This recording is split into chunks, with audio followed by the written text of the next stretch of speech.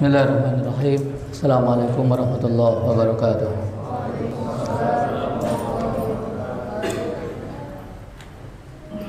Innal hamdalillah nahmaduhu wa nasta'inuhu wa nastaghfiruh wa na'udzu billahi min shururi anfusina wa min sayyiati a'malina. May yahdihillahu fala mudilla lahu wa may yudlil fala hadiya lahu. Asyhadu an la ilaha illallah wahdahu la syarika lah wa asyhadu anna Muhammadan abduhu wa rasuluhu la nabiyya ba'dah. Allahumma salli wa sallim wa barik ala abdika wa rasulika Muhammad ballagha ar-risalata wa adda al-amanata wa nasaha al-ummah wa tarakaha 'ala al-bayda layliha ka nahariha la yazighu anha illa kana minal halikin. Wa salawatullahi wa salamuhu alaihi wa ala alihi wa sahbihi wa man ihtada bihudahu ila yaumiddin. Ya ayyuhallazina amanu taqullaha haqqa tuqatih wa la tamutunna illa wa antum muslimun. Ya ayyuhan nasu taqu rabbakum alladzi khalaqakum min nafsin wahidah وخلق منها زوجها وبث منهما رجالا كثيرا ونساء واتقوا الله الذي تساءلون به والأرحام إن الله كان عليكم رقيبا. يا أيها الذين آمنوا اتقوا الله وقولوا قولا سديدا يصلح لكم أعمالكم ويغفر لكم ذنوبكم ومن يطع الله ورسوله وقد فاز فوزا عظيما. أما بعد فإن أصدق الحديث كتاب الله وخير الهدي هدي محمد صلى الله عليه وسلم وشر الأمور محدثاتها وكل محدثة بدعة وكل بدعة ضلالة وكل ضلالة في النار. Hadirin rahimakumullah, alhamdulillah di hari yang ketiga bulan Sya'ban ini Allah Subhanahu wa taala mempertemukan kita dalam keadaan sehat walafiat. Satu hal yang perlu kita syukuri di saat ada beberapa saudara kita atau bahkan banyak saudara kita yang sedang diuji oleh Allah Subhanahu wa taala dengan penyakit. Ustaz-ustaz, santri-santri dan umat Islam secara keseluruhan.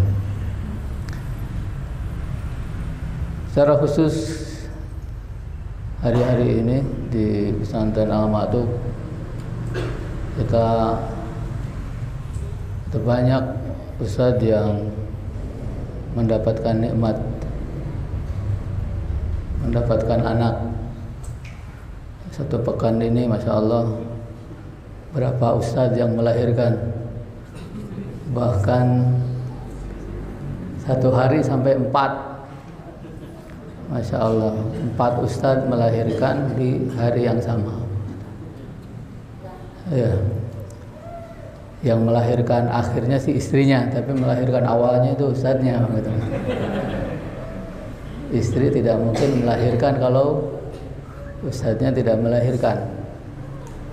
Nah, makanya dalam bahasa Arab bapak itu disebut walid. Artinya apa walid? Laki-laki yang melahirkan. Ibu walidah, perempuan yang melahirkan.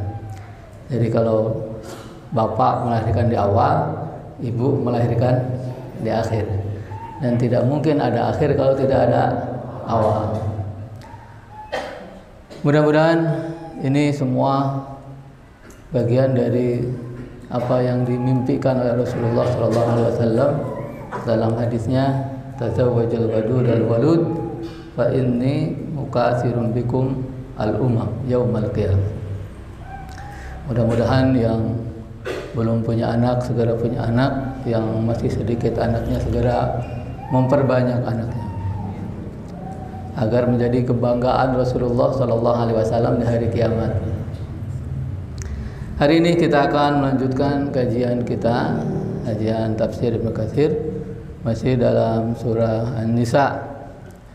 Hari ini kita akan membaca ayat yang ke-82 dari surat An-Nisa.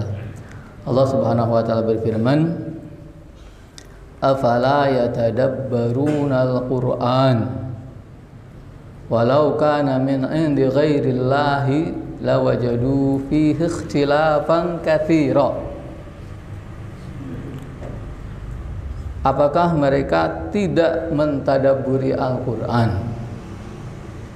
Dan seandainya Al-Qur'an itu bukan dari Allah Subhanahu wa taala, niscaya mereka akan mendapatkan di dalamnya banyak perbedaan. Imam Ibnu Katsir rahimahullah menafsirkan ayat ini, yaqulu ta'ala amiran ibadahu bitadabburil Qur'an.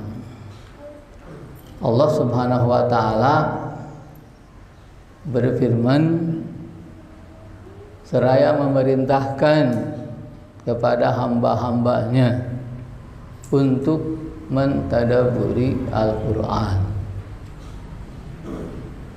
Wa nahiyan lahum anil i'radi anhu, dan melarang mereka hamba-hambanya dari berpaling dari Al-Qur'an.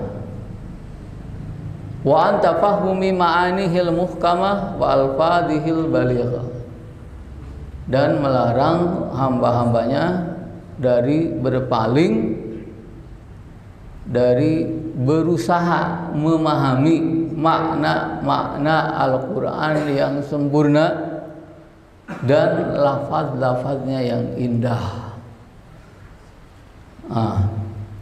Ini perintah Allah Subhanahu wa taala. Kalimatnya tidak berbentuk perintah. Afala yatadabbarunal Qur'an. Kalimatnya berbentuk apa? Pertanyaan. Apakah? Afala. Apakah tidak yatadabbarun, mereka mentadabburi Al-Qur'an? Pertanyaan ini berarti dua. Pertama, perintah untuk mentadabburi Al-Qur'an. Yang kedua, larangan dari berpaling dari Al-Qur'an. Tadabbur Al-Qur'an adalah bagian yang sangat penting dalam kehidupan seorang mukmin. Karena termasuk hajrul Quran, meninggalkan Al-Quran, berpaling dari Al-Quran, adalah keengganan untuk mentadabburi Al-Quran. Allah Subhanahu wa taala mengatakan, wa qala ar-rasul rabbi inna qaumi ittakhadhu hadzal qur'ana mahjura. Rasul mengatakan, ya Rabb, sesungguhnya kaumku meninggalkan Al-Quran, atau menjadikan Al-Quran sesuatu yang ditinggalkan. Salah satu bentuk meninggalkan Al-Quran adalah tidak mau mentadabburi Al-Quran. Apa itu tadabbur? Apa itu tadabbur? Banyak ulama mendefinisikan tadabbur. Arti yang paling ringan atau yang paling dekat adalah mentadabbur. Tadabbur itu artinya tafakkur, memikirkan. Ada baiknya kita melihat apa yang dikatakan oleh Imam As-Suyuti rahimahullah tentang tadabbur itu. Tadabbur itu bagaimana sih? Kata beliau, ayyashghulal qari'u qalbahu bit tafakkuri fi makna ma yutalaffadhu bihi. Tadabbur itu seorang yang membaca Al-Quran menyibukkan hatinya. Ketika mulutnya membaca, dia menyibukkan hatinya dengan memikirkan makna dari apa yang dibacanya.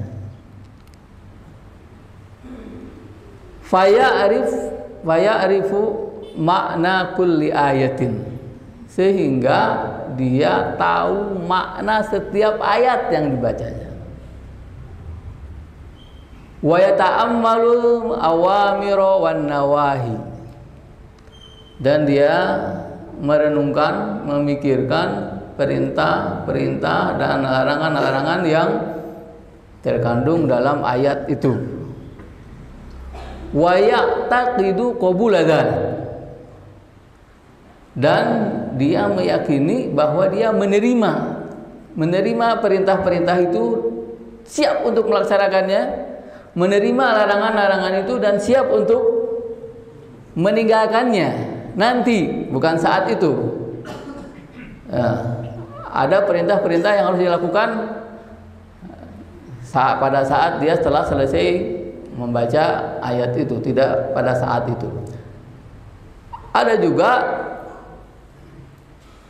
perintah-perintah yang bisa dilaksanakan pada saat dia membaca.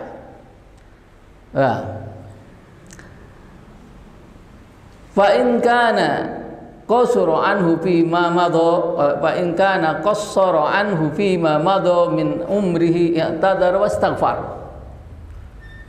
Seandainya dia merasa bahwa dia melalaikan sesuatu dari perintah atau larangan itu di waktu yang lalu, ada perintah,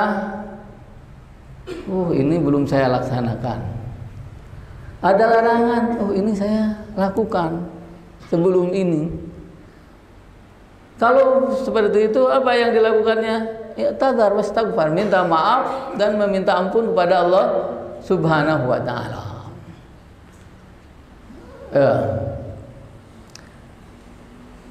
Kalau misalnya membaca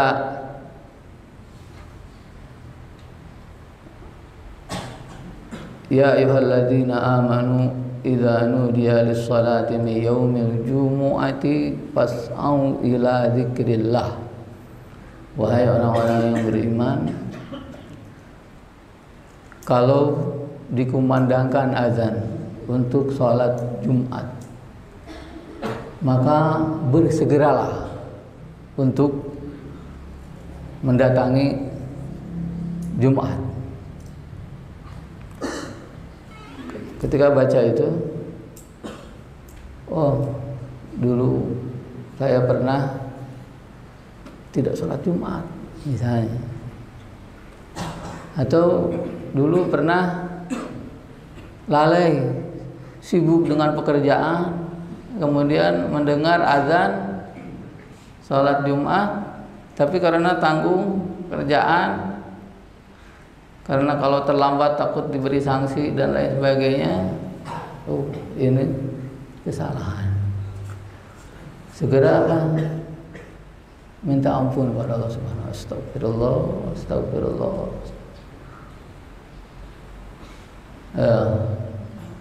Merasa bahwa ini perintah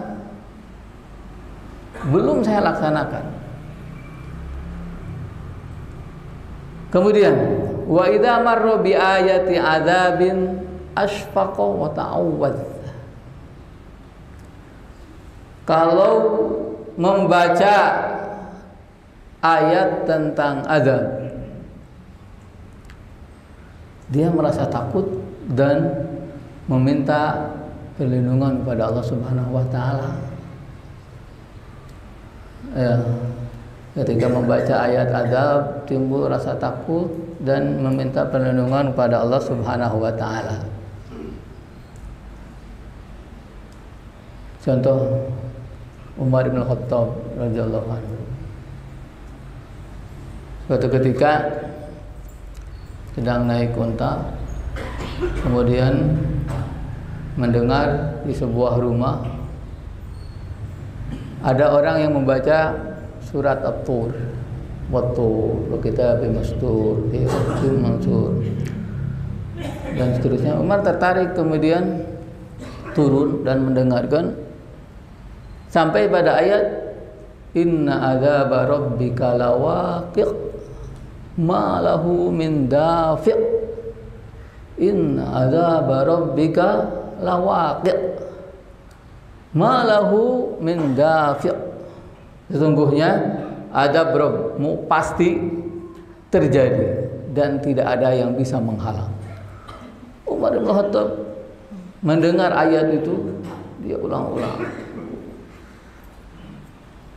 menangis, kemudian pulang ke rumah sakit beberapa hari. Sakit beberapa hari sampai para sahabat ada yang nengok dan tidak tahu kenapa Umar sakit. Sebabnya apa sakit? Sebabnya mendengar ayat inna adzaba rabbika lawaqi' ma lahu min dafi'. Ayat ini tentunya berulang-ulang dibaca oleh Umar bin Khattab. Ya, sering dibaca oleh Umar bin Khattab. Tapi pada saat itu dalam kondisi dia bukan membaca tapi mendengar orang lain yang membaca dan tertarik, kemudian direnungkan, tadaburi, akhirnya terasa betul sentuhan ayat itu. Inna adzaba rabbika lawaqi' ma lahu min dafi'. Wah. Ini contoh sahabat yang takut ketika mendengar ayat azab.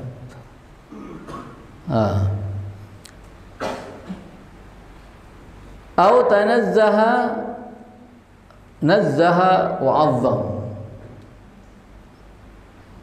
Au tanzihun nazzaha wa 'azzam. Kalau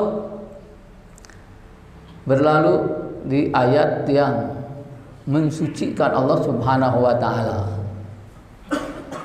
maka dia bertasbih. Ya. Fasabbih bismi rabbikal azim. Apa? Subhana rabbiyal azim. Sabbih isma rabbikal a'la. Apa? Subhana rabbiyal a'la. Au du'ain tadarru'a wa talab. Kalau berlalu di ayat tentang doa, maka dia meminta, merengek kepada Allah Subhanahu wa taala. Kalau misalnya membaca ayat wa minhum may yaqulu rabbana atina fid dunya hasanatan wa fil akhirati hasanatan wa qina adzabannar. Langsung berdoa, ya Rabbana atina fid dunya hasanah wa fil akhirati hasanah wa qina adzabannar. Ketika baca ayat Rabbana afrigh alaina sabra wa tsabbit aqdamana wansurna 'alal qaumil kafirin, langsung berdoa Rabbana afrigh alaina sabra wa tsabbit aqdamana wansurna 'alal qaumil kafirin.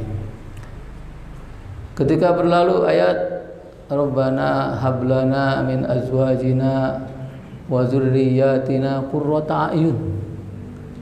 Artinya apa? Ya Allah, berikan kepada kami dari istri-istri kami qurrata a'yun, buah hati. Saya belum nikah. Ini doanya untuk yang sudah nikah punya istri. Jadi gimana doanya? Allahumma rzuqni zaujatan salihatan jamilah. Ya. Kalau belum punya istri, yang belum punya istri baca doa ini, berdoanya minta istri, karena nggak mungkin punya anak kalau nggak punya istri. Ya.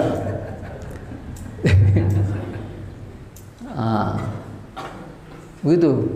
Ya. Doa apa saja ketika ada Al-Quran banyak sekali doa. Nah, itu ya tadabbur itu seperti itu. Jadi kita ulangi, tadabbur itu apa? Menyibukkan hati untuk memahami makna ayat yang dibaca, setiap kalimat yang dibaca, dan merenungkan perintah dan larangan yang ada di dalamnya. Kemudian berinteraksi dengan perintah larangan itu. Ingat nggak, ini larangan, perintah ini sudah pernah nggak dilanggar? Pernah ditinggalkan nggak? Ada larangan ini pernah nggak dilakukan? Kalau kita bertentangan dengan itu, artinya ada perintah tidak kita lakukan, kita segera apa? Istighfar. Ya. Kemudian kalau membaca ayat tentang azab apa? Kita merasa takut dan meminta perlindungan kepada Allah Subhanahu wa taala. Kalau membaca ayat tentang kesucian Allah Subhanahu wa taala, kita bertasbih. Kalau membaca ayat tentang doa, kita ikuti doa. Ini tidak disebutkan. Kalau membaca ayat tentang rahmat, tentang nikmat, tentang surga, apa yang kita lakukan? Meminta kepada Allah Subhanahu wa taala. Nah, ini seperti yang diceritakan oleh Hudzaifah bin al-Yaman. Hudzaifah bin al-Yaman menceritakan pengalamannya ketika suatu malam sholat malam bersama Rasulullah Shallallahu Alaihi Wasallam.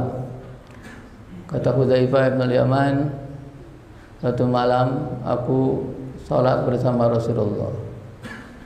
Rasulullah setelah membaca Al-Fatihah membaca surat Al-Baqarah. Saya kira mau baca 100 ayat saja. Ternyata lewat 100 diteruskan. Saya kira mau sampai surat Al-Baqarah, tamat surat Al-Baqarah saja. Ternyata setelah surat Al-Baqarah Rasulullah membaca surat An-Nisa. Dikira sudah sampai surat An-Nisa aja. Ternyata Rasulullah SAW kemudian membaca surat Ali Imran, Al-Baqarah, An-Nisa, Ali Imran. Kemudian Rasulullah SAW membaca cuma mutarossilan, perlahan.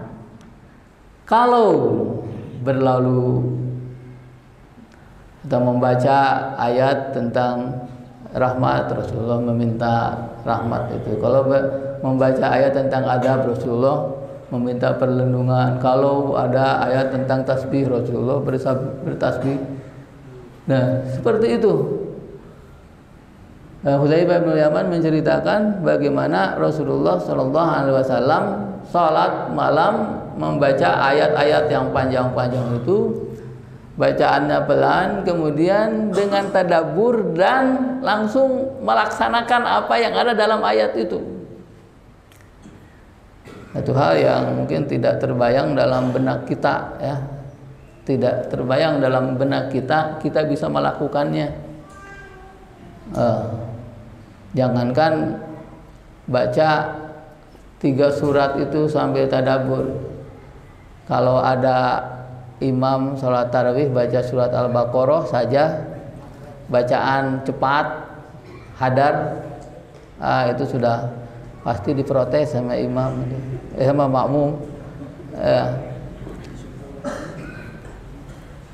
Tapi Rasulullah Shallallahu Alaihi Wasallam memang memiliki kemampuan yang luar biasa, tidak dimiliki oleh yang lainnya. Sampai kata Aisyah radhiyallahu anha, hatta tafattarat qadama, sampai pecah kaki. Ya. Pecah karena apa, Ustaz Hamdan?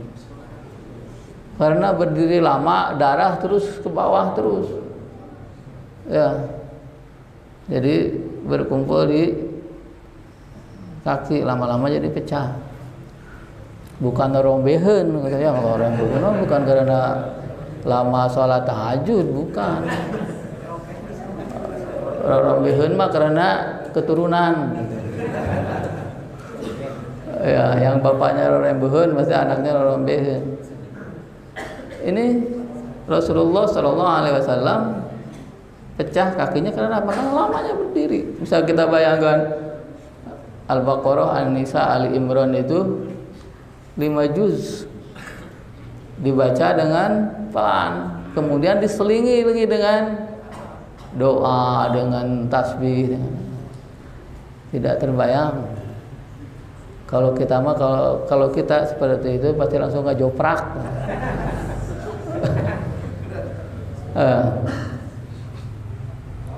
Nah, begitu tadabbur Al-Quran itu. Ada lagi makna lain yang disebut tadabbur. Anta'lama annaka mukhatabun bi kalamillahi ta'ala.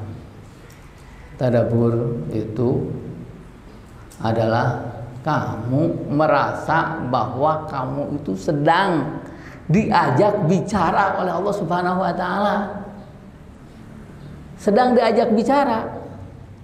Karena Al-Qur'an itu dari Allah Subhanahu wa taala. Allah berbicara kepada siapa? Pada kita. Oh ya ayyuhalladzina amanu, siapa alladzina amanu? Kita. Ya ayyuhan nas, siapa ayyuhan nas? Kita. Oh ya Bani Israil, bukan gitu kan. Ya, Bani Israil bukan. Kalau ya ayyuhalladzina amanu, kita ya ayyuhan nasu, kita. Ya Bani Israil itu kepada orang lain. Tapi kita merasa, oh ketika Allah Subhanahu wa taala mengatakan ya Bani Israil, oh Allah sedang bercerita tentang Bani Israil. Ya ahlul kitab, oh Allah sedang bercerita kepada kita tentang ahlul kitab. Kemudian patusgi lahu bi uduni qalbika wa tata'ammalu bi aini fuadik. Kamu mendengar pembicaraan Allah Subhanahu wa taala itu dengan telinga hati. Ya. Telinga hati. Wah, hati punya telinga. Maksudnya mendengarnya pasti pakai telinga begitu ya. Tapi karena kalau dari telinga tidak sampai ke hati, berarti kata orang apa masuk dari telinga kanan keluar dari telinga kiri. Itu pendengaran yang bukan tadabbur tuh. Tadabbur itu mendengar langsung masuk ke hati. Kemudian dipikirkan dengan mata hati. Hati memikirkan. Fa idza wa'aita anillahi ta'ala qawlahu wa fahimta min kalamihi muradahu wa tasharraba qalbuka ma'anihi fanhad limtithali awamirihi. Kalau sudah kamu memahami pembicaraan Allah Subhanahu wa taala, perkataan Allah Subhanahu wa taala, dan kamu memahami maksud Allah Subhanahu wa taala dan makna-makna Al-Qur'an itu telah tertancap dalam hatimu, fanhad limtithali awamirihi, maka bergeraklah untuk melaksanakan perintahnya, wajtinabi nawahihi, dan menjauhi larangannya, hatta yural Qur'anu fi simatik, sampai Al-Qur'an itu terlihat dalam perilakumu, dalam wajahmu, dalam tanganmu, dalam kakimu. Wa tastabiqu bihi akhlaqu, dan akhlakmu tercelup dengan Al-Qur'an. Wa yadharu atharuhu ala qaulika wa fi'lika, dan nampak pengaruh Al-Qur'an itu pada ucapanmu dan perbuatanmu. Itu tadabbur. Nah, ini yang dimaksud oleh Aisyah radhiyallahu anha ketika ditanya oleh seorang sahabat tentang bagaimana sih akhlak Rasulullah sallallahu alaihi wasallam. Bagaimana akhlak Rasulullah sallallahu alaihi wasallam? Aisyah menjawab apa? Kana khuluquhul Quran. Kana khuluquhul Quran. Akhlak Rasulullah sallallahu alaihi wasallam itu Al-Quran. Ini apa? Hasil dari tadabbur. Hasil dari tadabbur. Dan tidak diragukan lagi bahwa Rasulullah SAW adalah orang yang paling sukses, paling berhasil dalam tadabburnya. Baik tadabbur pada saat membaca atau tadabbur pada saat melaksanakan. Nah, kalau seperti ini, orang tidak akan keluar dari Al-Quran. Berbicara sesuai dengan Al-Quran, bertindak sesuai dengan Al-Quran, sifatnya sesuai dengan Al-Quran, sikapnya sesuai dengan Al-Quran, kebijakan-kebijakan yang dikeluarkannya sesuai dengan Al-Quran. Maka gambaran Al-Quran yang hidup dalam jasad manusia. Makanya ada pertanyaan, kenapa Rasulullah SAW tidak membukukan Al-Quran dari awal? Pembukuan Al-Quran itu dilakukan di masa Abu Bakar yang pertama setelah Rasulullah SAW meninggal. Jawabannya, karena Rasulullah SAW lebih mengutamakan mewujudkan Al-Quran itu dalam pribadi-pribadi sahabatnya. Al-Quran berjalan, Al-Quran yang hidup di atas muka bumi. Jadi tidak terlalu tidak terlalu berkeinginan untuk mencetak, menulis Al-Quran. Baliknya, kalau di zaman kita sekarang, orang berlomba-lomba mencetak Al-Quran, tapi dibacanya jarang.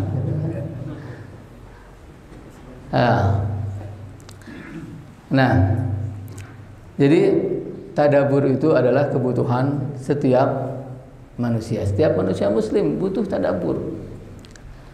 Kemudian karena kemampuan tiap orang berbeda.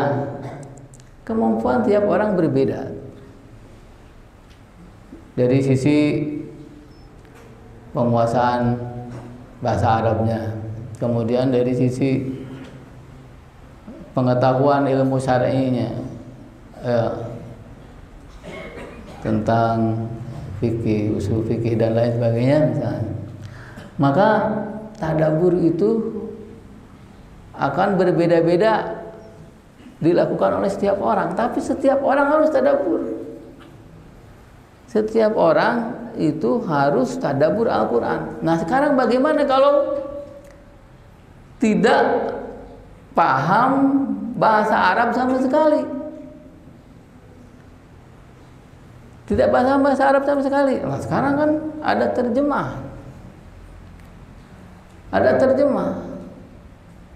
Ambil satu ayat misalnya, ini ayat ini baca, kemudian ini terjemah, terus tadabburi. Satu kali belum tersentuh, dua kali belum tersentuh. Mungkin saja kita membaca satu ayat atau satu surat 1000 kali, tapi pada kali yang ke-1000 baru kita tersentuh dengan ayat itu. Seperti tadi Umar bin Khattab kok tersentuh di saat padahal dia sering membaca inna adzaba rabbika lawaqi ma lahu min dafi. Nah, sentuhan-sentuhan itu kita tidak tahu kapan hati kita tersentuh. Makanya harus sering kita lakukan.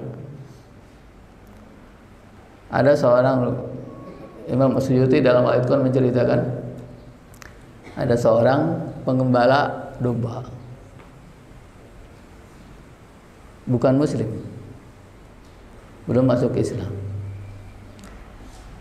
Kemudian dia mendengar seorang membaca ayat wa qila ya ardu bla'i ma'aki wa ya sama'u aqli'i. Tapi dia pengembala ini orang Arab ya. Pengembala ini orang Arab, jadi nggak perlu terjemah. Dia orang Arab tapi bukan Muslim. Baca wa qila ya ardu bla'i ma'aki wa ya sama'u aqli'i. Dengar, langsung dia mengatakan asyhadu an la ilaha illallah wa anna muhammadar rasulullah. Masuk Islam langsung. Kenapa? Karena kata dia tidak mungkin kalimat ini diucapkan oleh manusia. Tidak mungkin. Ya. Kita merasa enggak kenikmatan ayat itu? Wa qila ya ardu bla'i ma'aki, dan dikatakan wahai bumi ibla'i ma'aki, telanlah airmu. Wa ya sama'u, dan wahai langit aqli'i, tahanlah air. Ini di surat Hud ayat 44 tentang kisah banjir yang menimpa kaum Nabi Nuh. Di akhir banjir itu Allah Subhanahu wa taala mengatakan wa qila ya ardu ibla'i ma'aki wa ya sama'u aqli'i. Orang yang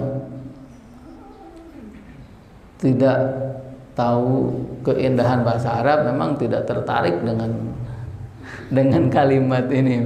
Tidak tertarik dengan kalimat ini. Tapi orang yang tahu bahasa Arab tahu bahwa ini bukan bahasa Arab manusia. Bukan bahasa Arab manusia. Makanya langsung menyatakan beriman kepada Allah dan kepada Rasulullah SAW. Jadi tadabbur itu sangat penting. Usahakan dalam setiap hari kita, keseharian kita, ada satu ayat yang kita tadabburi. Ya, ada satu ayat yang kita tadabburi. Tentunya kita tidak seperti para ulama yang ketika membaca paham langsung tadabbur ya. Seperti Imam Syafi'i rahimahullah misalnya, khatam Al-Quran 3 hari sekali, sehari 10 juz. Dengan dia sudah paham betul, sudah hafal, paham. Akan berbeda dengan kita yang mungkin Al-Qurannya juga tidak hafal, bahasa Arabnya juga tidak menguasai, begitu ya, maka perlu pembantu. Nah, jadi tadabbur ini bisa dilakukan dan harus dilakukan oleh siapa saja. Berbeda dengan tafsir ya. Kalau tafsir nggak boleh dilakukan oleh setiap orang. Menafsirkan Al-Quran itu bukan pekerjaan setiap orang. Tapi tadabbur, merenungkan, memikirkan, merasa berbicara dengan Allah Subhanahu wa taala, kemudian berinteraksi dengan perintah dan larangannya, itu adalah tugas kita semua. Ya. Ini yang ditakuti oleh musuh-musuh Islam tuh ini. Mereka takut kalau umat Islam berinteraksi dengan Al-Quran, tadabbur dengan Al-Quran, takut. Makanya dulu orang-orang Quraisy yang katakan oleh Allah Subhanahu wa taala, wa qala alladziina kafaru la tasma'u li hadzal Qur'an walghaw fihi la'allakum taghlibun. Orang-orang kafir mengatakan, jangan dengar Al-Quran ini dan bermain-mainlah. Artinya jangan diperhatikan, ya, jangan dengar, jangan perhatikan, jangan tadabburi. La'allakum taghlibun, niscaya kalian menang. niscaya kalian menang. Orang kafir menang kalau mereka sendiri. Kalau mereka tidak memperhatikan Al-Quran, tidak mendengarkan Al-Quran, karena apa? Kalau mereka mendengar, memperhatikan Al-Quran, pasti tertarik.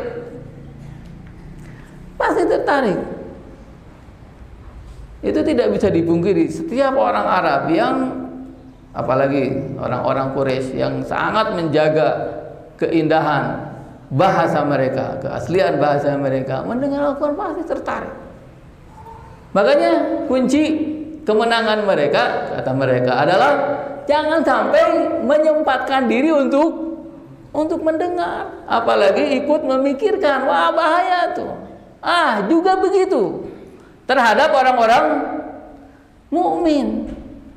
Buat orang-orang mukmin, terutama pemuda-pemudanya itu jauh dari Al-Quran, bersenda gurau, bersenang-senang dengan permainan-permainan. Di situ adalah kunci kemenangan orang-orang kafir.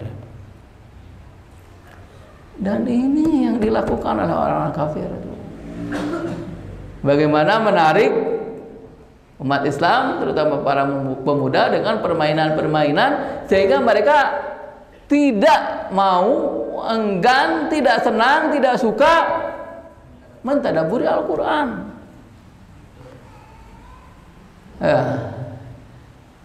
Karena kalau Al-Quran itu dibaca, dipahami, ditadaburi, maka itu adalah sumber kekuatan umat Islam.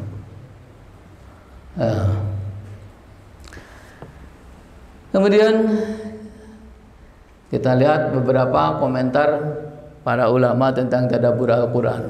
Ibnu Abbas radhiyallahu anhu berkata, la'an aqra'a idza zuzilat wal qari'ah atadabbaruhuma ahabbu ilayya min aqra'al baqarah wa ala imran tahdhira. Kalau saya membaca idza zuzilatil ardu, surat apa tuh? Az-Zalzalah. Wal qari'ah, surat apa? Al-Qari'ah. Atadabbaruhuma, sambil aku mentadaburinya, itu lebih aku cintai, lebih aku sukai daripada membaca surat Al-Baqarah dan Ali Imran dibaca begitu saja, hanya membaca saja. Makanya Ibnu Abbas diriwayatkan bahwa dia sering kali membaca surat Al-Ikhlas dari tengah malam sampai subuh. Salat malamnya hanya membaca surat Al-Ikhlas 5 jam, 4 jam baca surat Al-Ikhlas. Kalau kita mah walab kali ya, wareg gitu ya. Al-Qul huwallahu ahad. Kenapa? Tidak berinteraksi, tidak tersentuh, tidak tersinggung, tidak ada apa-apanya. Ya. Apalagi kalau sudah biasa baca Qul huwallahu ahadnya itu tahlilan, yang terpikir makanan, bukan Qul huwallahu ahadnya. Jadi membaca ayat berayat, kalimat berkalimat, kata per kata, itu sebuah keahlian yang perlu dilatih. Ya. Kemudian kata Ibnu Mas'ud, man arada ilmal awwalin wal akhirin falyatadabbaril Qur'an. Barang siapa yang ingin menguasai ilmu orang-orang terdahulu dan orang-orang yang terakhir, maka hendaklah membaca, mentadabburi Al-Quran. Kemudian Imam Ibnu Qayyim rahimahullah mengatakan, qira'atu ayatin bitafakkurin wa tafahumin khairun min qiraati khatmatin bi ghairi tadabburin wa tafahumin. Membaca satu ayat dengan tafakur, tadabbur, itu lebih baik daripada membaca satu Quran, satu khataman dari Al-Fatihah sampai An-Nas tanpa tadabbur dan tafakur. Baca saja, membaca satu ayat diulang-ulang, ditadaburi, itu lebih baik daripada membaca Al-Quran keseluruhan satu kali khataman tapi tanpa tadabbur. Kenapa banyak sekali di kita orang yang hafal Quran tapi akhlaknya, perilakunya tidak sesuai dengan Al-Quran. Kenapa tuh? Dia bacanya tanpa tadabbur. Kalau begitu apa manfaatnya membaca dan menghafal Quran? Ada pesantren tahfidz. Banyak pesantren tahfidz mencetak penghafal Al-Quran. Kenapa tidak mencetak mutadabbir Al-Quran?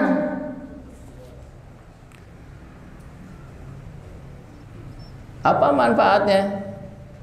Bermanfaat itu. Pesantren tahfidz Al-Basam, Al-Afaf dan pesantren tahfidz lainnya bermanfaat. Karena apa? Itu langkah awal, gitu kan? Itu langkah awal untuk menuju tadabbur. Akan lebih baik orang kalau mentadabburi Al-Quran setelah dia hafal, lebih bagus. Tapi kalaupun tidak hafal, tidak jadi halangan. Ingat bahwa tidak semua sahabat Rasulullah SAW hafal Quran, tapi semua sahabat Rasulullah itu melaksanakan Al-Quran, tadabburi Al-Quran.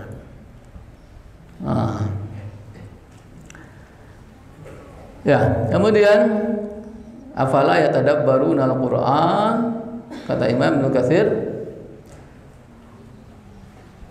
afala yatadabbaruna al-Quran walau kana min indi ghairillah lawajadu fi ikhtilafan katsira. Kata Imam Ibnu Katsir, wa mukhbiran lahum annahu la ikhtilafa fihi wal ittirab. Allah Subhanahu wa taala mengabarkan kepada hamba-hambanya bahwasanya Al-Quran itu la ikhtilafa fihi wal ittirab. Tidak ada pertentangan atau perbedaan, perselisihan di dalamnya, dan tidak ada pertentangan, tidak ada makna ayat yang bertentangan satu dengan yang lainnya. Wala tadad wala ta'arud, dan juga tidak ada yang berlawanan. Al-Quran itu turun berapa lama? 23 tahun dibulatkan, 22 tahun lebih. Dari ayat yang pertama turun sampai ayat yang terakhir turun, dalam rentang waktu 23 tahun, itu tidak ada yang bertentangan, menunjukkan bahwa yang mengatakannya adalah Allah Subhanahu wa taala yang tidak pernah salah. Karena apa? Kalau manusia membuat tulisan, penulis sehebat apapun, kalau dia menulis satu buku tahun 2017 misalnya, kemudian habis bukunya itu, dicetak, habis, laku, laris, best seller. Terus dia mau cetak lagi, pasti dibaca lagi, kemudian apa? Edisi revisi. Kenapa edisi revisi? Karena dia menemukan yang ia tulis kemarin itu ternyata kurang tepat, lebih tepat begini. Edisi kedua tulisan, cetak lagi, habis lagi. Mau cetak edisi ketiga, tulis lagi, ada lagi revisi lagi. Kenapa? Karena kebenaran yang dimiliki, yang dipahami, yang didapatkan oleh setiap manusia itu tidak mutlak, terbatas. Dia melihat benar pada saat itu, besok mungkin tidak. Dia melihat besok itu benar, besoknya lagi tidak. Ya, karena kebenaran yang ia dapatkan itu perlahan, berangsur, tidak satu kali, dan dia selamanya tidak akan sampai pada kebenaran yang sempurna. Ya, makanya Imam Asy-Syafi'i rahimahullah mengarang kitab usul fikih. Kitab usul fikih yang pertama yang ada di dunia Islam adalah kitab Ar-Risalah. Kitab Ar-Risalah. Imam Rabi' bin Sulaiman, muridnya Imam Asy-Syafi'i, baca Ar-Risalah itu berkali-kali.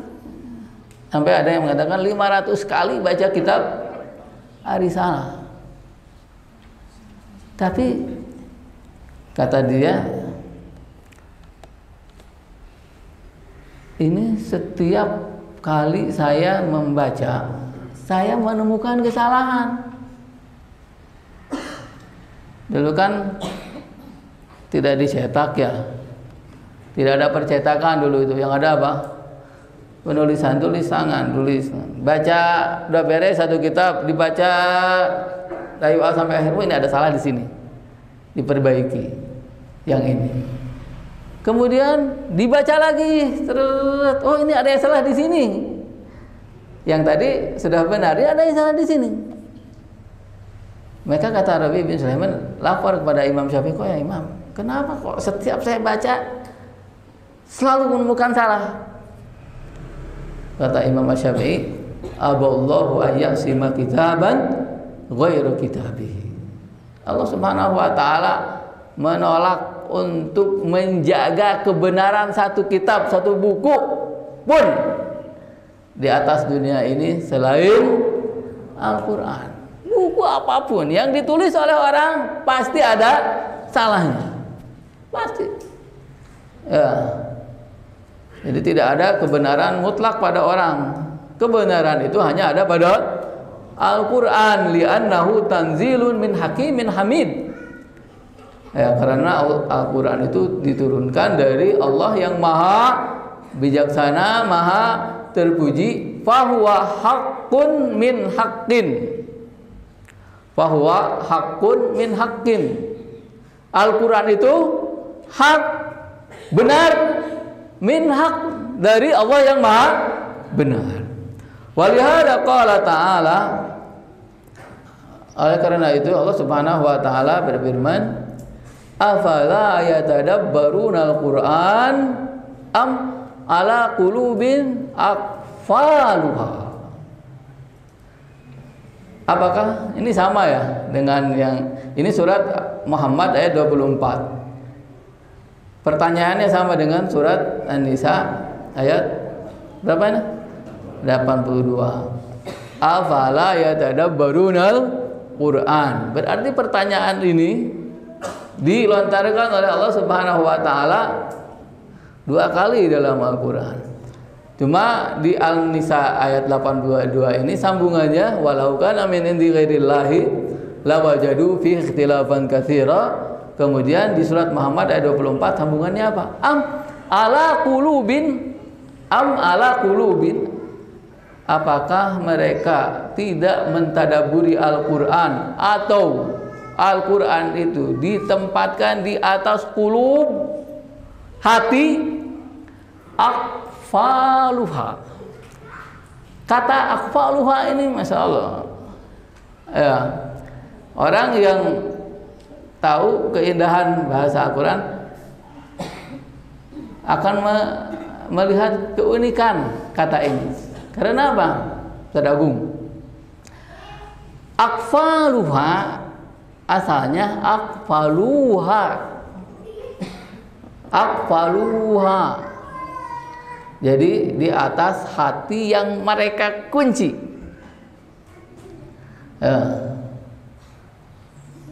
Jadi orang-orang kafir itu, juga orang-orang munafik itu telah mengunci hati mereka sehingga mereka tidak bisa mentadabburi Al-Qur'an.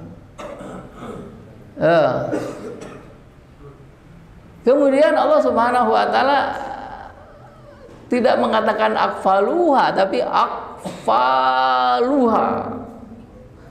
Seolah-olah akfal itu jamak dari kufal, dari kunci. Banyak kuncinya. Artinya hati mereka itu betul-betul sudah dikunci dari berbagai sisi. Tidak mungkin terbuka, tidak mungkin dibuka lagi. Itu siapa itu? Orang munafik, orang kafir yang telah keras hatinya. Karena apa? Kalau orang mentadaburi dan hatinya terbuka, dia akan pasti tertarik. Ya, pasti dia mengikuti ayat-ayat Al-Quran itu.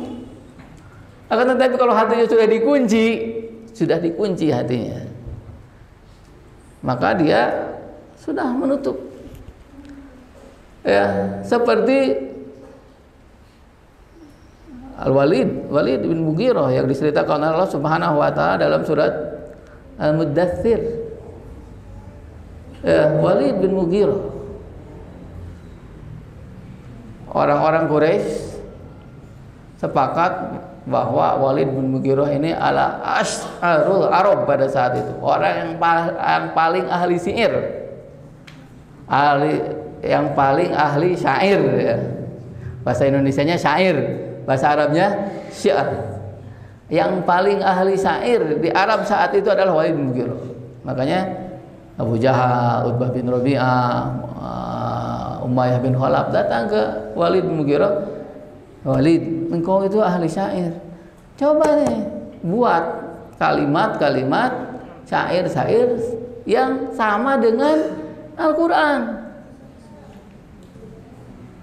Apa kata Walid? Ya, coba saya akan temui Muhammad. Datang menemui Nabi Muhammad.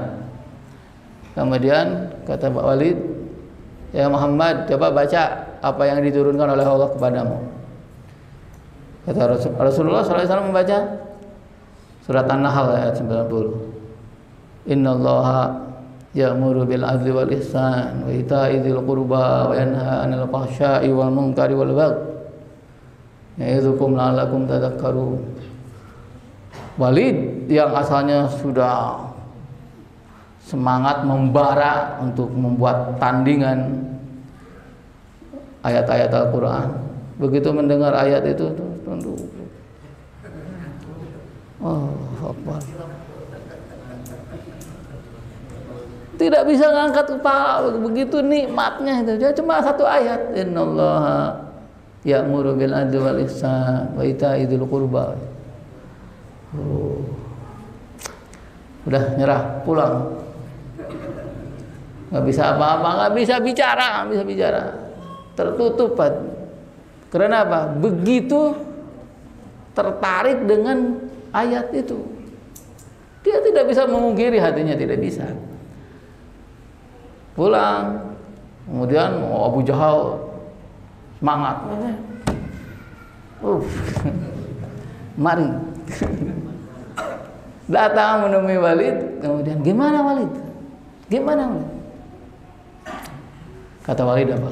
Wallahi ma minkum min ahadin a'lamu minni bi syi'ril arabi wala rajazi wala qasidihi wala syi'ril jin.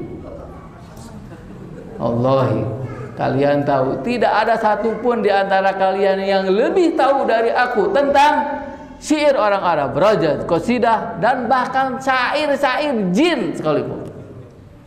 Jadi Walid bin Mughirah itu jangankan syair-syair manusia dia hafal, syair jin aja hafal. Jadi ada sastrawan jin, ahli syair jin, ya. Orang lain nggak ada yang melihat, dia mah bisa syairnya itu. Ya, tapi apa kata dia? Wallahi, wallahi, laisa syai'un minhu mithla maqala Muhammad. Tidak ada satupun dari syair-syair yang indah itu seperti yang dikatakan oleh Muhammad. Innahu lahalawah. Inna liqaulihi lahalawah. Perkataannya manis. Wa inna bihi latalawah, dan indah luar biasa. Wa inna a'lahu lamusmir. Kalau kalimat-kalimat itu atau ayat-ayat itu seperti sebuah pohon, maka bagian atasnya itu memberi buah.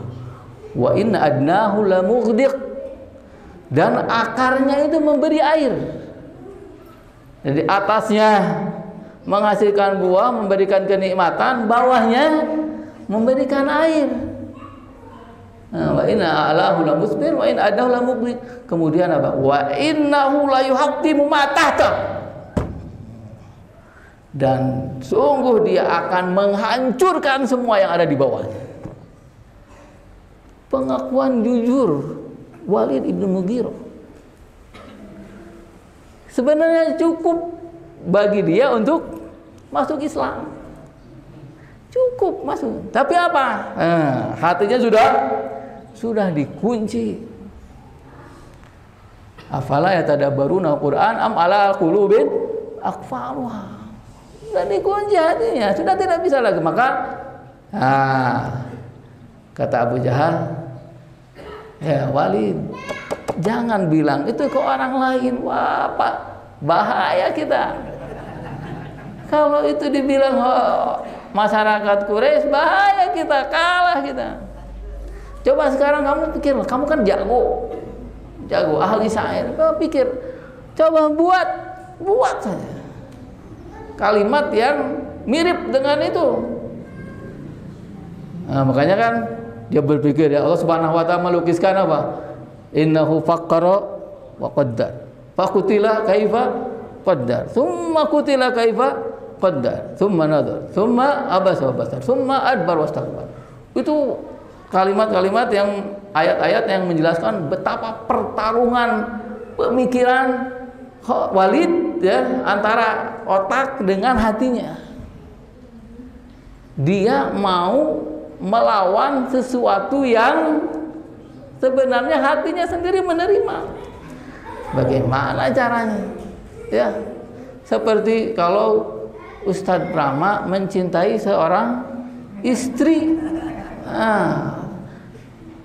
sudah cinta, kemudian berusaha dilawan, bakal apa itu? Bakal kurus kering. Ya, kering kerontang, mati kepanasan. Tapi akhirnya apa? Buat setelah lama-lama, nggak bisa.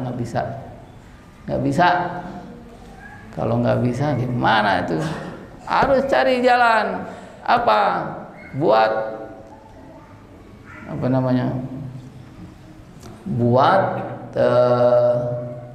pernyataan yang bisa memalingkan orang-orang Quraisy dari Al-Quran. Apa katanya? Adbar wasakbar. Faqala in hadza illa sihrun yu'thar. Sudah, karena nggak bisa membuat tandingan Al-Quran, udah aja itu sihir. Quran itu sihir, warisan orang dulu. Sudah tidak bisa, ya, sudah tidak bisa melakukan sesuatu yang dilakukan oleh orang lain, kemudian untuk menutupi ketidakmampuannya dia menjelekkan itu. Ya. Seperti gini. Ini ada pohon mangga. Udah berbuah, kelihatan manis. Saya bilang, Pak Olih, ambil mangga itu manis. Pak Olihnya nggak bisa manjat. Nah, tahu itu manis, tapi untuk menutupi ketidakmampuan manjatnya itu pakai apa? Oh, asem. Asem, nggak usah. Padahal dia tidak bisa manjat. Seperti itu Walid bin Mughirah itu. Mau buat seperti Al-Quran nggak bisa sama sekali. Padahal dia ahli. Akhirnya apa? Sihir itu. Awas, jangan dekat-dekat itu sihir. Itu karena apa? Karena habis kemampuan dan memang tidak bisa. Karena apa yang ia lakukan, yang ia usahakan bertentangan dengan hatinya. Kenapa seperti itu? Hatinya sudah dikunci. Ya. Walau kana min indi ghairillah, kata Imam Ibnu Katsir, seandainya Al-Quran itu mukhtalaqah, buatan manusia. Seandainya Al-Quran itu buatan manusia, kama yaqulu min jahalatil musyrikin wal munafiqin fi bawatinihim, ya, seperti apa yang dikatakan oleh orang-orang kafir, orang-orang bodoh dari orang-orang musyrik dan orang-orang munafik, la wajadu fi ikhtilafan katsira, pasti mereka akan mendapatkan idtiraban wa tadaddan katsira, akan mendapatkan perselisihan, pertentangan dan hal-hal yang berlawanan. Wa hadza salimun al-ikhtilaf wa huwa min Allah. Tapi Al-Qur'an itu selamat dari pertentangan, maka dia adalah dari Allah Subhanahu wa taala. Kama qala ta'ala mukhbiran 'anil rasikhina fil ilm, sebagaimana Allah Subhanahu wa taala mengabarkan tentang ar-rasikhun fil ilmi, orang-orang yang mantap ilmunya. Ya, ketika Allah Subhanahu wa taala menceritakan bahwa dalam Al-Qur'an itu wallazi anzala 'alaikal kitaba minhu ayatun muhkamatun hunna ummul kitabi wa ukharu mutasyabihat. Ya. Dan dialah yang menurunkan kepada kamu Alkitab yang di dalamnya ada ayat-ayat muhkamat, ayat-ayat yang jelas. Wa hunna ummul kitab, dia itu pokok-pokok atau yang pokok yang paling banyak dalam Al-Qur'an itu muhkamat. Wa ukharu mutasyabihat, tapi ada sebagian yang mutasyabihat. Mutasyabihat artinya tidak jelas maknanya bagi sebagian orang. Tidak jelas maknanya bagi sebagian orang. Walaupun ya banyak pendapat para ulama tentang definisi muhkamat dan mutasyabihat ini. Tapi yang dimaksud adalah mutasyabihat, ayat-ayat yang tidak jelas bagi sebagian orang. Ya. Adapun ar-rasikhuna fil ilmi, yang mengetahui dengan benar, dengan jelas semua ayat, baik itu muhkamat ataupun mutasyabihat, adalah ar-rasikhuna fil ilm. Mereka mengatakan amanna bi kullum min indi rabbina. Amanna bi, kita beriman kepada Allah Subhanahu wa taala, semua itu baik yang muhkamat ataupun mutasyabihat, ya, adalah datang dari Allah Subhanahu wa taala. Tasyabuh, ya, ketidakjelasan makna itu sebenarnya bukan datang dari Al-Qur'annya, tapi datang dari ketidakmampuan orang dalam memahami ayat itu. Contoh aja. Ya. Sekarang di surat Ar-Ra'd yang banyak dijadikan dalil oleh orang-orang. Innallaha la yughayyiru ma biqaumin hatta yughayyiru ma bi anfusihim. Tuh. Sesungguhnya Allah tidak merubah keadaan suatu kaum kecuali kalau mereka merubah diri mereka sendiri. Terus diputus di sini. Banyak orang yang memutus ayat ini di sini. Innallaha la yughayyiru ma biqaumin. Oh, jadi manusia itu punya kekuatan, punya kemampuan untuk merubah dirinya sendiri. Maka manusialah yang menentukan. Benar tuh? Benar? Mutlak? Tidak. Tidak mutlak. Karena apa? Sambungkan ayat itu. Wa idza arada Allah biqaumin su'an fala maradda lahu. Kalau Allah Subhanahu wa taala menghendaki keburukan pada suatu kaum, maka tidak ada yang bisa menolaknya. Jadi apa? Coba gabungkan maknanya. Allah menyuruh manusia untuk berusaha untuk merubah keadaannya, tapi ada kondisi yang mana manusia tidak bisa. Jadi bagaimana? Jadi kita berusaha sesuai dengan kemampuan kita, sesuai dengan kemampuan yang diberikan oleh Allah Subhanahu wa taala kepada kita, dan kita berusaha untuk mendapatkan yang terbaik menurut kita. Tapi jangan lupa bahwa segala sesuatu itu sudah ditakdirkan oleh Allah Subhanahu wa taala. Semua sudah ada takdirnya. Maka kalau kita berusaha kemudian kita berhasil, apa yang kita lakukan? Kita bersyukur kepada Allah Subhanahu wa taala yang telah mentakdirkan kebaikan, kesuksesan itu bagi kita. Kalau kemudian ternyata kita tidak berhasil, kita juga tidak putus asa. Karena apa? Yakin bahwa apa yang ditetapkan oleh Allah Subhanahu wa taala itu yang terbaik bagi kita. Maka tidak ada rugi bagi orang-orang mukmin. Tapi sayang, ayat ini ya banyak digunakan oleh orang-orang untuk menafikan takdir Allah Subhanahu wa taala. Innallaha la yughayyiru ma biqaumin hatta yughayyiru ma bi anfusihim. Dijadikan dalil bahwa tidak ada takdir. Jadi rukun iman itu ada berapanya, Deni? Rukun iman ada berapa? 6.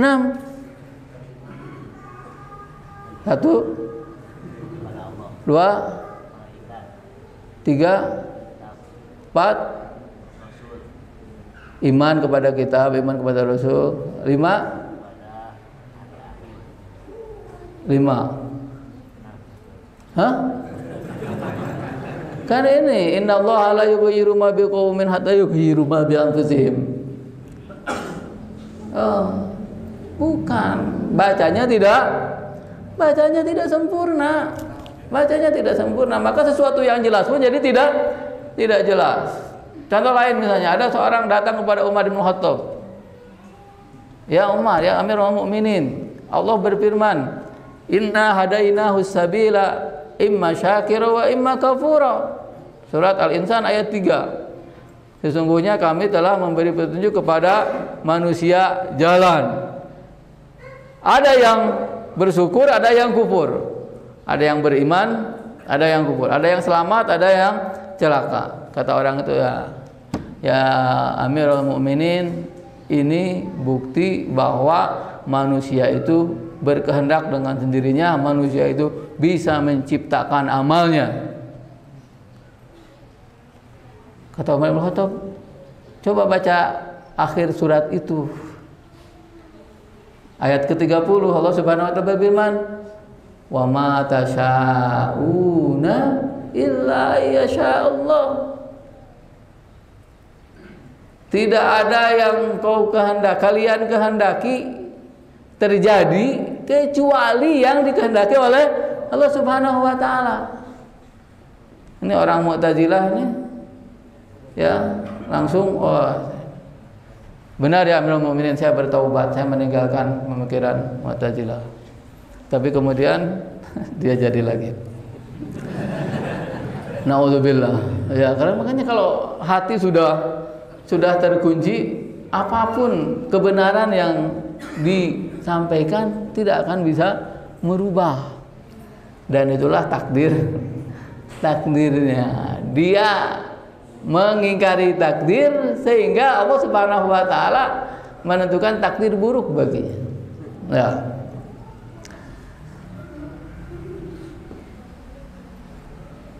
Kemudian Imam Ibnu Katsir rahimahullah mengutip hadis yang diriwayatkan oleh Imam Ahmad dari Amr bin Shu'aib an abihi an jaddihi. Kata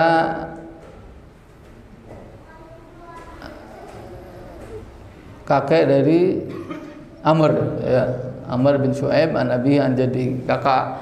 Kakek Amr berkata, laqad jalastu ana wa akhi majlisan. Sungguh aku telah duduk di satu majlis bersama saudaraku. Ma uhibbu anna li bihi humurun na'am.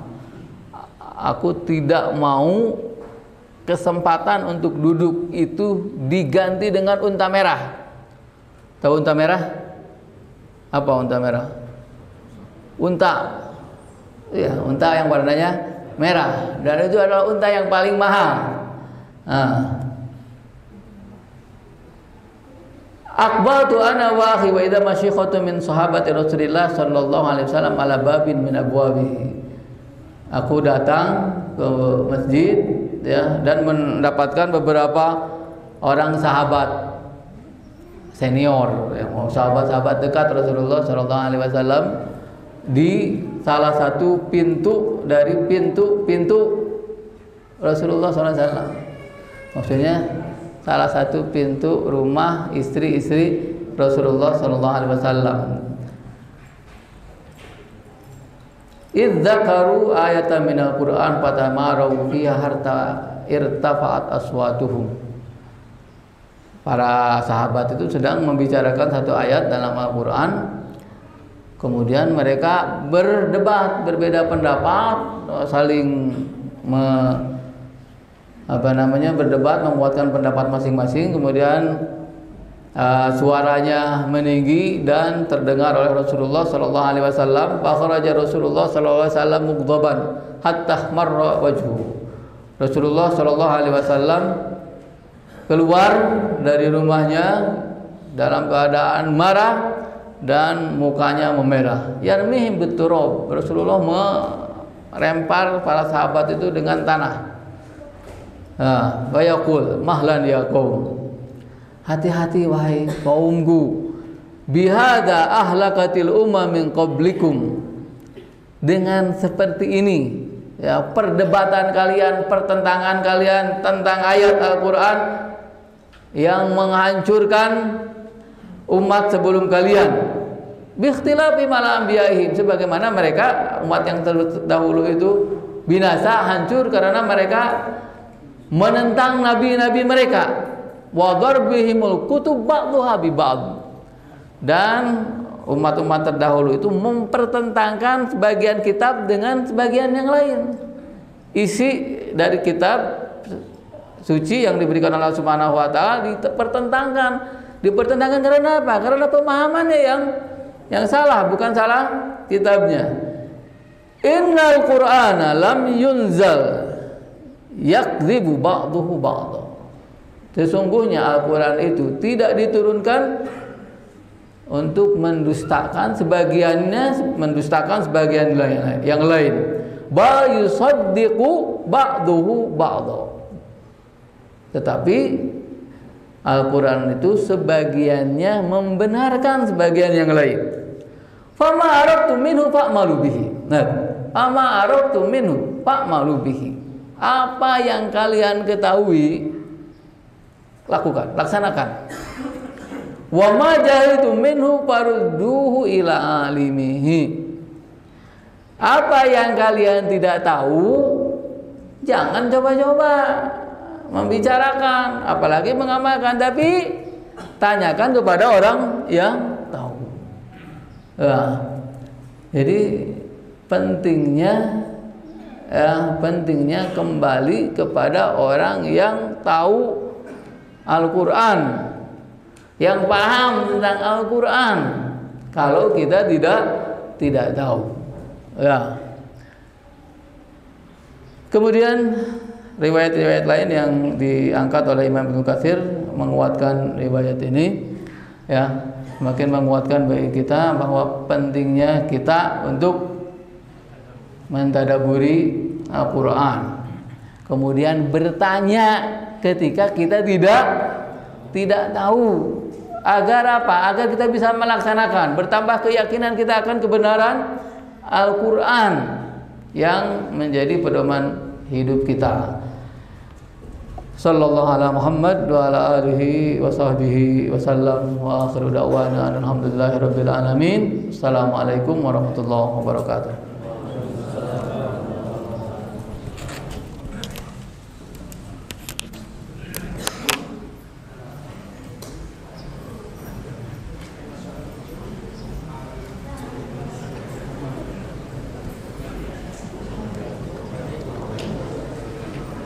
Ini air.